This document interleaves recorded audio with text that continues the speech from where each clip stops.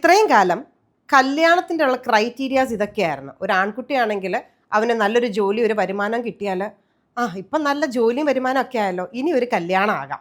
ഇനി in case അവനെങ്ങാനും കല്യാണം വേണ്ടാന്ന് പറഞ്ഞല്ലോ, നീ കല്യാണം കഴിച്ചില്ലെങ്കിൽ നമ്മുടെ കുടുംബത്തിന്റെ പാരമ്പര്യം ആര് കാത്തു സൂക്ഷിക്കും? അതായിരിക്കും ഒരു ക്രൈറ്റീരിയ. അതല്ല, പെൺകുട്ടികളോടാണെങ്കിൽ അവരുടെ പഠിത്തം കഴിഞ്ഞ ഉടനെ ഡിഗ്രി ഒക്കെ കഴിഞ്ഞ് പെൺകുട്ടികളെ ഒരുപാടൊന്നും പഠിപ്പിക്കാൻ പാടില്ല, ഒത്തിരി പഠിപ്പിച്ച ചെറുക്കനെ കിട്ടത്തില്ല. അത് അല്ലെങ്കിൽ വീട്ടിൽ ഏതെങ്കിലും വയസ്സായ ആളുകൾ ഉണ്ടാവും, അവർ വന്നിട്ട് പറയും, ഞാൻ മരിക്കുന്നതിന് മുന്നേ നിന്റെ കല്യാണം ഒന്നും എനിക്ക് കാണാൻ പറ്റുമോ, അത് കണ്ടിട്ട് എനിക്ക് കണ്ണടയ്ക്കാൻ പറ്റുമോ? ഇങ്ങനെ കുറച്ച് കാര്യങ്ങളൊക്കെ ആയിരിക്കും കല്യാണം കഴിക്കാനായിട്ടുണ്ടായിരുന്ന ക്രൈറ്റീരിയാസ്. അപ്പം നമ്മൾ ഓരോ വ്യക്തിക്കും മാരേജ് വേണോ, ലിവിങ് ടുഗെദർ വേണോ, അത് സിംഗിൾ ലൈഫ് വേണോ എന്ന് തീരുമാനിക്കേണ്ടത് ഈ ക്രൈറ്റീരിയാസ് ഒന്നും ആകരുത്. അത് എപ്പോഴാണ് ഒരു റിലേഷൻഷിപ്പ് മാരേജിലേക്ക് പോകേണ്ടത്, ഒരു റിലേഷൻഷിപ്പ് മാരേജിലേക്ക് പോകണോ എന്നുള്ള കാര്യങ്ങൾ ഞാൻ ജസ്റ്റ് ഒന്ന് പറയാം. നമുക്ക് ഒരു വ്യക്തിയോട് ആദ്യമായി ഒരു ഇഷ്ടം തോന്നി, ഒരു ഫ്രണ്ട്ഷിപ്പ് തോന്നി, അതിൽ നിന്ന് അതൊരു പ്രണയത്തിലേക്കോ ഒരു റിലേഷൻഷിപ്പിലേക്കോ ഒക്കെ കിടന്നു. എന്നിട്ട് അത് നമ്മളൊരു ലിവിങ് ടുഗെദറിലേക്ക് നമ്മൾ പോയി. ലിവിങ് ടുഗെദറിലേക്ക് പോയിട്ടും ആ ലൈഫിൽ ആ എക്സൈറ്റ്മെന്റുകൾ ഒന്നും നഷ്ടപ്പെടുന്നില്ല. സ്റ്റിൽ ഈ പേഴ്സൺ എൻ്റെ കൂടെ വേണം. അതൊരിക്കലും എന്തെങ്കിലും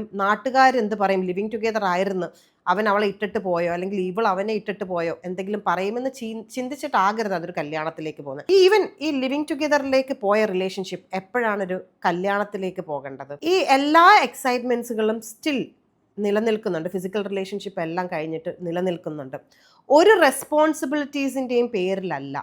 ബട്ട് സ്റ്റിൽ എൻ്റെ ലൈഫ്, എൻ്റെ എല്ലാ സന്തോഷത്തിലും സങ്കടത്തിലും എന്നെ അണ്ടർസ്റ്റാൻഡ് ചെയ്യുന്ന ഈ വ്യക്തി എൻ്റെ കൂടെ വേണമെന്ന് ഒരാൾ ചിന്തിച്ചാൽ പോരാ, രണ്ടു പേർക്കും ഒരേപോലെ ചിന്തിക്കാൻ സാധിക്കുകയും അതിൽ നിന്ന് വേണം ഒരു മാരേജിലേക്ക് പോകാനായിട്ട്. അതായത് ഒരു മാരേജ് എന്ന് പറയുന്നത് ചുമ്മാ കുറേ കൊട്ടും മേളവും ഭക്ഷണവും അല്ല. മാരേജ് എന്ന് പറയുന്നത് ഒരു വലിയ റെസ്പോൺസിബിലിറ്റിയാണ്. രണ്ടുപേരും മാരേജിലേക്ക് പോകുമ്പം അതൊരു അത്രയും വലിയൊരു ഉത്തരവാദിത്തമാണ് എന്ന് മനസ്സിലാക്കിയിട്ട് വേണം അത് പോകാനായിട്ട്. രണ്ടുപേർക്കും ഈക്വലി റെസ്പോൺസിബിൾ ആണ്, ഒരാൾ മാത്രമല്ല. ആൻഡ് മാരേജിലേക്ക് കടക്കുമ്പോൾ മാത്രം നമുക്കൊരു കുഞ്ഞ് വേണോ വേണ്ടായോ എന്നുള്ളൊരു ഡിസിഷൻ എടുക്കാം. ആ കുഞ്ഞ് വേണോ എന്നുള്ള ഡിസിഷൻ എടുക്കുന്നതും മറ്റേ കുടുംബത്തിൻ്റെ പാരമ്പര്യം നിലനിർത്താനായിട്ടോ, അല്ലെങ്കിൽ അയ്യോ കുടുംബത്തിൽ ഇതുവരെ മക്കളൊന്നും ഉണ്ടായിരുന്നില്ല, അല്ലെങ്കിൽ ഇനി 30ാമത്തെ വയസ്സിലൊന്നും ചിലപ്പോൾ കുഞ്ഞുണ്ടായില്ലെങ്കിലോ എന്നൊന്നും വിചാരിച്ചിട്ടാകരുത് കുഞ്ഞ് വേണമെന്ന് ചിന്തിക്കുന്നത്. രണ്ടുപേർക്കും ഒരുപോലെ അതിന് വേണ്ടിയിട്ട് ആഗ്രഹമുണ്ട്, രണ്ടുപേരും ഈക്വലി അതിന് വേണ്ടിയിട്ട് റെസ്പോൺസിബിൾ ആകാൻ സാധിക്കും എന്നുണ്ടെങ്കിൽ മാത്രമേ നമ്മൾ ഒരു മാരേജിലേക്കും ഒരു കുഞ്ഞിലേക്കും പോകാവുള്ളൂ. അല്ലെങ്കിൽ ഒരു ലിവിങ് ടുഗെദർ ആണ് നല്ലത്. അതുമല്ല, അല്ലെങ്കിൽ നമുക്ക് സിംഗിൾ ലൈഫാണ് ഇഷ്ടമുള്ളവർക്ക് ഒരു സിംഗിൾ ലൈഫാണ്. എന്താണേലും നിങ്ങൾക്ക് എന്താണ് സമാധാനം തരുന്നത്, സന്തോഷത്തിനേക്കാളും എപ്പോഴും മുകളിലാണ് സമാധാനം. നിങ്ങൾക്ക് എന്താണ് സമാധാനം at the end of the day തരുന്നത് എന്ന് നിങ്ങൾക്ക് മനസ്സിലാക്കാൻ സാധിക്കണം.